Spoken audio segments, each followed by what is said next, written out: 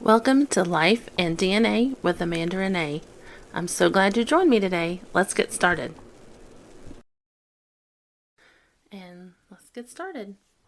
Um, last time I talked about some tips for homeschooling, and I think I touched a little bit on what I was doing with my daughter for grammar. I wanted to talk a little more about that. I don't think I went into a lot of details. Um, and just how great it is to be able to be flexible with homeschooling. Um, like I said last week with my son, getting to pause in math and make sure he has all the basics down, his math facts down. We're already making progress with that, so that's great. It's so nice with homeschooling. You don't have to worry about them being, behind. And who are they really behind? You're not competing with anybody, which is nice. In homeschooling, we live in a state where you don't have to get them tested. You can if you want, but I work with my kids very closely, so I know what they learn and what they're capable of, and so yeah, I'm not really concerned about that. Which anybody that went to school with me might think is funny because I was extremely competitive and cared very much about my grades and winning awards in school and stuff. But now, as an adult, I realized that didn't get me anywhere except for, a box full of awards for making straight A's that is in our shed taking up space. So, otherwise, it didn't really. I mean, I have all the things that I learned, but I could have learned the same things without necessarily getting awards for them, or, the kids I went to school with learned the same things. They just might not have been as easily able to recall it as I was, you know. And who knows what stuck longer for them than it stuck for me, long term. I was good at studying for a test, doing good on a test, but not everything stuck around for the long haul, so it didn't really benefit me. So I've learned to be way more laid back with our kids and not put so much pressure on them because there's no point. They're going to be good at what God gave them the ability to excel in, and as long as they do their work, and I know they're actually working on it and trying their best, then that's all I require of them. So for her grammar, she's in 8th grade. We use master books, and they, up until 6th grade, they have a course called Language Lessons for Living Education. And we love those books. It teaches you the basics of grammar, how to write a paragraph, how to, all about, punctuation and the different parts of speech, and reading comprehension, all of those things. It was great.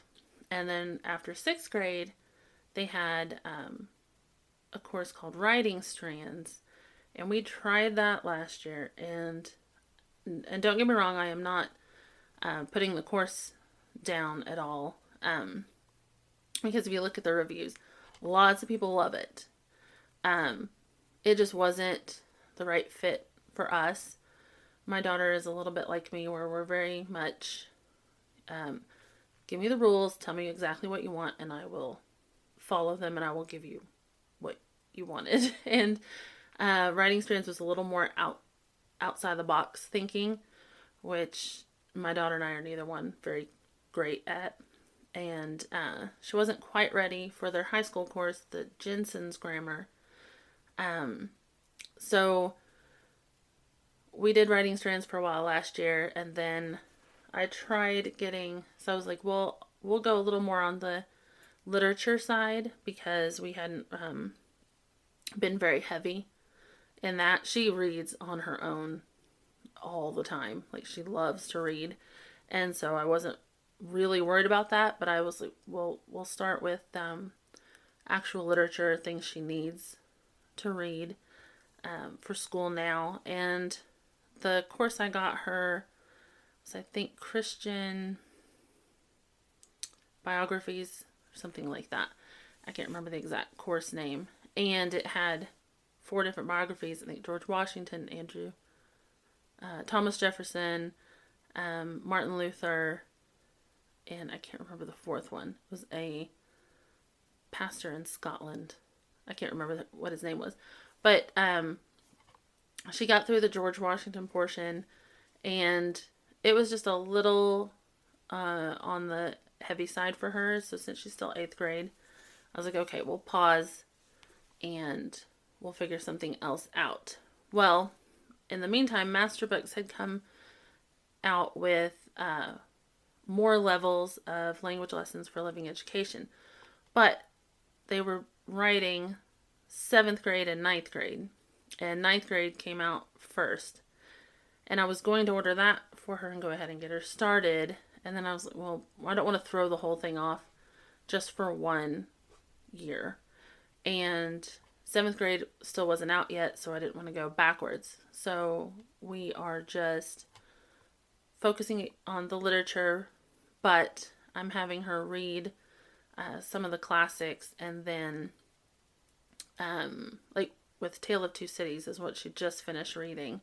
I'm reading it. I read it along with her, a little bit ahead of her, so that I could help explain anything I needed to explain.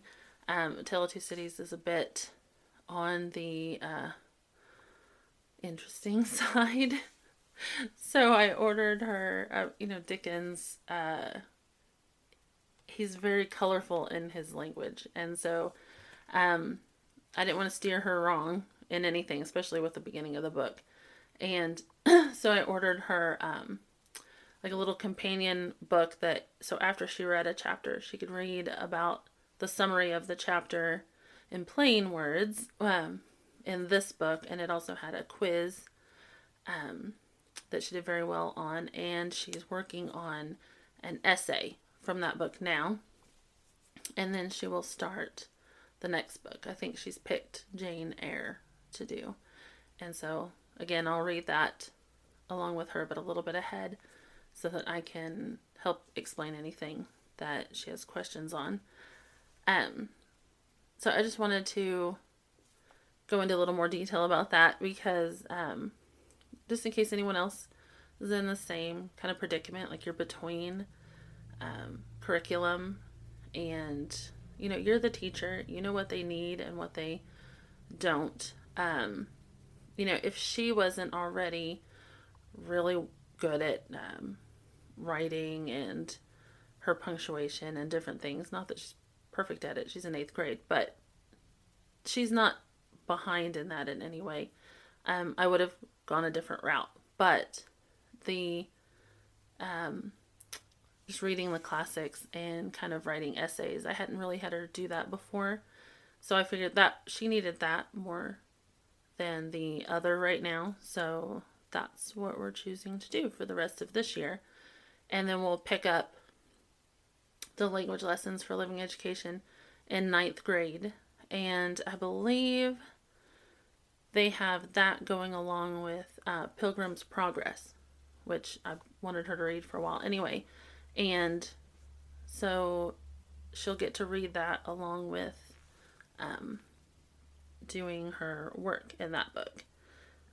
So I just wanted to touch on that.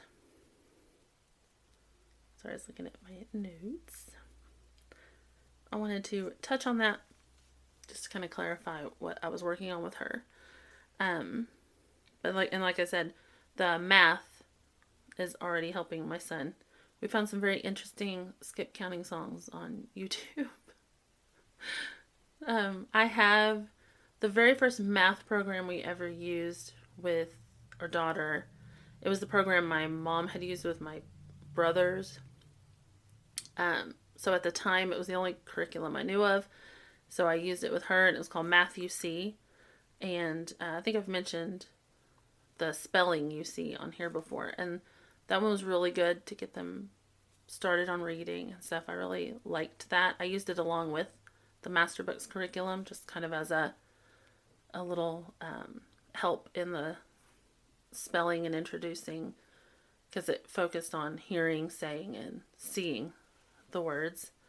But math, you see, was a little much. Like, it was just a page full of problems. So it was just, problems just for problem's sake. And it was a lot. And when that was getting too much for her is when I discovered Master Books, and we switched and have never looked back. But me pausing, and Master Books does very much try to get you to get them to memorize their math facts. I just never did. I wasn't good at remembering to do flashcards. Flashcards never really did much for me, and my kids never seemed interested, so I didn't ever push that with them. But yeah, I'm regretting that now. And so we're pausing. We're going to do some, but my point with the math you see was that that curriculum came with a skip counting CD and book. And so it had different songs. And my daughter had memorized a few of them, and she actually taught them to my son. And so that's how he learned up through the 5s. So I'm going to try to get that CD back out and help him with the 6, 7s, 8s, and 9s. And like I said, just the little bit that we've been doing the past few days has really helped him. And I'm watching him do the Practice Makes Perfect book for last year, just to kind of make sure that there aren't any things I need to go back over. And, aside from memorizing some of the multiplication facts, he was doing subtraction in his head really well today. So I'm glad we're solidifying some of those things, but he's just really good at that. The other thing, there's a few things I wanted to talk about today, but one of the other things was I've been really trying to focus on finding the root cause for my Hashimoto's, because from everything I've read and everything I've listened to, you're never going to actually heal it or put it in remission or anything until you do figure out the root cause. And if you've listened to me for very long, I love spreadsheets, and I just think in spreadsheets. I don't do well with a lot of information floating around. I need it in one concise little place to see it. And so I am working on a spreadsheet for the root causes for Hashimoto's, and it's going to have the root causes, kind of what the symptoms are that go with that particular root cause, the testing that's required for it, and then the cost of that testing. And then I have a little space for when I do actually get those tests done, a place to check that off. And I'm sure I'll add, what the results were at the end of that. And I will show you the spreadsheet as soon as I get it finished, but I just started it yesterday.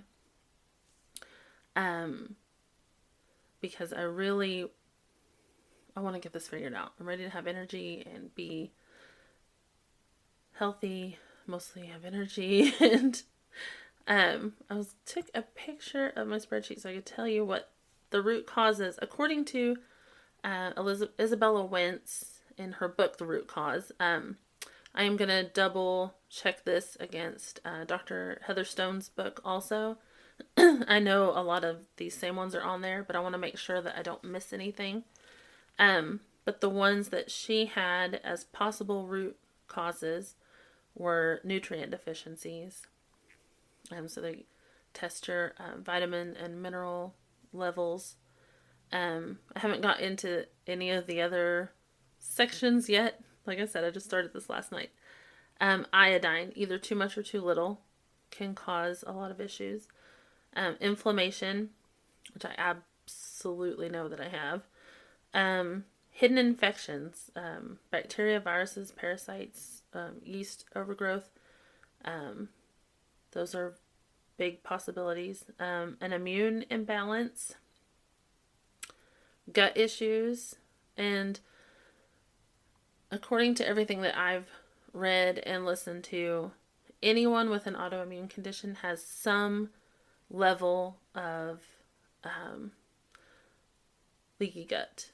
Like there's, whether it's, you know, a lot of things floating around or just a little bit, there's something in somewhere in your gut lining, things are getting through, and that's what's causing the autoimmune. So that's kind of a given that anyone trying to seek a root cause definitely needs this one. So it will probably be one of the first ones that I get.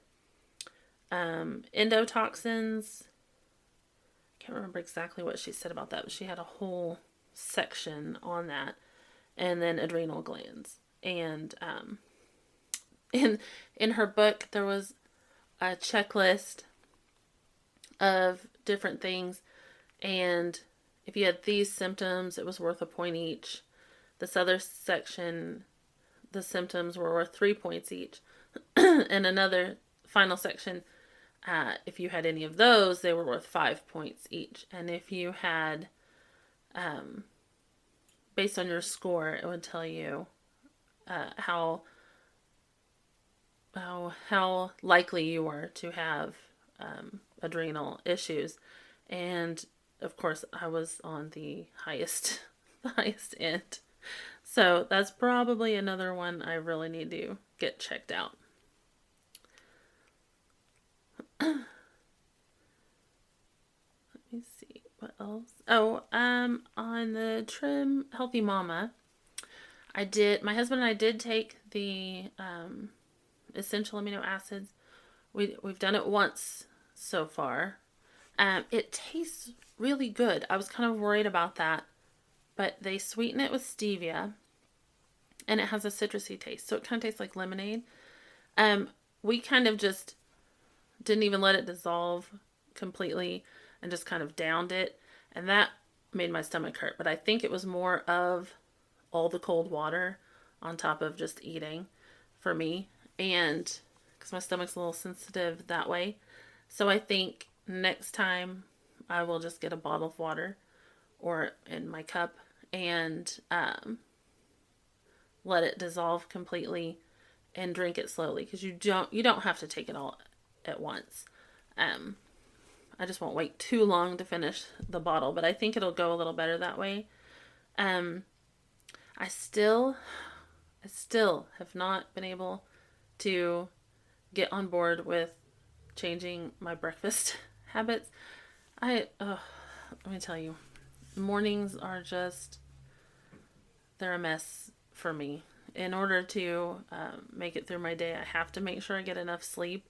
And so I just don't have a set time, because it just depends on how my sleep goes during the night, what time I'll wake up. So I think I've decided, where I thought breakfast would be the easiest one to start with, it has not turned out to be that way. So I think I'm going to start with dinners.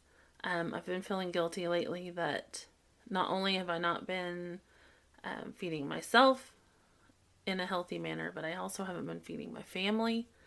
And I'm the one in charge of, all of their meals. So I need to do better, and I need to step it up. So I remember when I was looking through the Trim Healthy Cookbook, I remember seeing a lot of good recipes that I could try.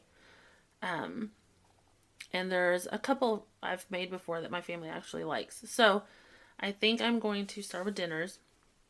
And depending on how busy our week is next week, I'll make probably 3 or 4 out of that book.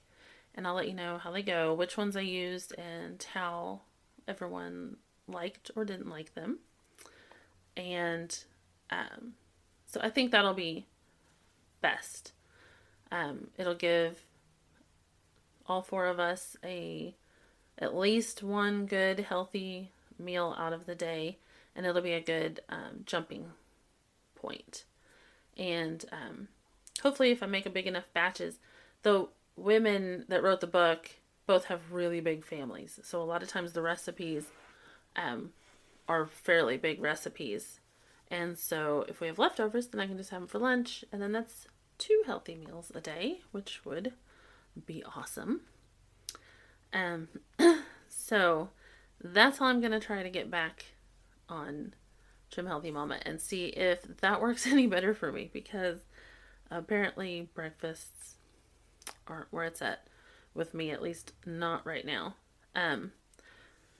Hopefully everything can work together and I can start figuring out what the root cause for all my issues is, and hopefully my new doctor will be able to interpret those and tell me how to fix them, and maybe then I will have the energy and the strength to cook 3 healthy meals a day and prepare all of that for myself and my family. That would be awesome. Yeah. Oh, along with some of the testing, and when I get all of that down, I'll give you the website for it. It's if you look up Isabella Wentz, it's on her website under resources. A lot of the labs that I looked up, the cost of the labs also covers like a Zoom call consultation with someone to kind of explain the lab results and what they mean. And I'm hoping that kind of includes what to do about them, because then that would be awesome. But I thought it was nice that the cost of the test included that, because just in case not all of us have access to a doctor that is going to understand some of those testing, because most of the tests you need for this aren't tests that regular doctors run, and they're not ones that are asked for, even though they should be asked for. Don't even get me started on that. But lastly, I wanted to talk, the main reason I even started this podcast was my love for DNA and genetic research and genealogy, from when I was working on solving my husband's great-grandfather's mystery of who his parents were. So I want to get back to that. I don't know for sure whether I'll start back doing 2 episodes a week or stick with 1 episode a week and just kind of change the topic. But I really do want to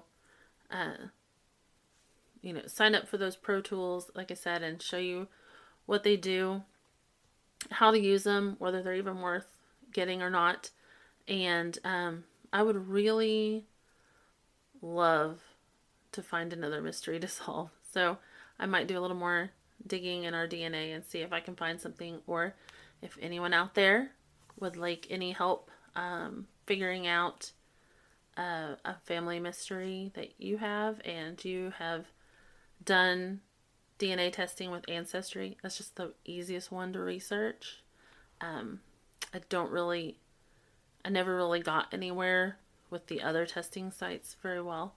But if you have done DNA testing with Ancestry and you have a mystery to solve and you would like my help, then please leave me a comment or email me.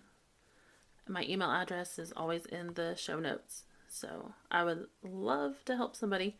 I need to get some more practice under my belt so that I can work towards doing this someday. Because that would be so much fun.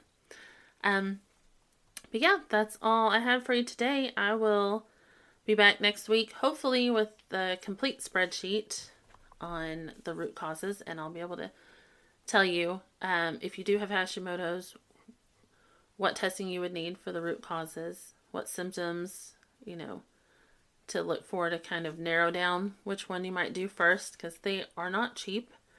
They're all $200, $300, almost $400 a piece. And usually insurance doesn't cover these. But it it's better than spending all your time in doctors' offices and running tests that are really going to show you nothing and just being miserable year after year after year. So I'm ready to quit doing that. And if you are too, then stay tuned and I will have all that information for you, hopefully by next week. So I will talk to you later. Thank you for listening to Life in DNA with Amanda Renee. Join me again next week and I'll have something else to talk to you about. I will see you here next Thursday. Bye.